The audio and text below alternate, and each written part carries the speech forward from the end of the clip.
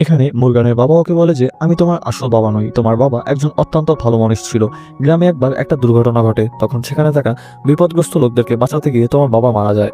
এই বক্সের মধ্যে তোমার বাবার শেষ স্মৃতিগুলো রয়েছে। এসব শুনে মুরগান অনেকটা আপসেট হয়ে পড়ে। অন্যদিকে মুরলি একটা জায়গায় বসে ভাবতে লাগে যে সে হুট করে এতগুলো টাকা কোথায় পাবে। এমন সময় ওর নজর পড়ে ওদেরই গ্রামের ব্যাংকের উপর। এদিকে দেখা যায় গ্রামের মধ্যে একটা মেলার আয়োজন চলছে, যেখানে বড় বড় নেতারা এবং অসংখ্য পুলিশ কর্মকর্তারা রয়েছে। কিন্তু আচমকা অনুষ্ঠানের মঞ্চ থেকে মাস্ক পরিহিত একজন ব্যক্তি মাঠে নেমে সেখানকার এক পুলিশ অফিসারকে প্রচন্ড জোরে একটা ঘুষি মারে, যার ফলে সেখানে ওই পুলিশ অফিসার মৃত্যুবরণ করে। অন্যদিকে মুরলি তার অলৌকিক শক্তি ব্যবহার করে ব্যাংকের মধ্যে ঢুকে ব্যাংকের সব টাকা চুরি করে নেয়। এরপর সে তার প্রেমিকার কাছে গিয়ে তার মেয়েকে ট্রিটমেন্ট করার যাবতীয় খরচ দিয়ে দেয়। পরের দিন পুরো গ্রামে খবর ছড়িয়ে পড়ে যে কোনো মাস্ক পরিহিত লোক থানার বড়বাবুকে মেরে ফেলেছে।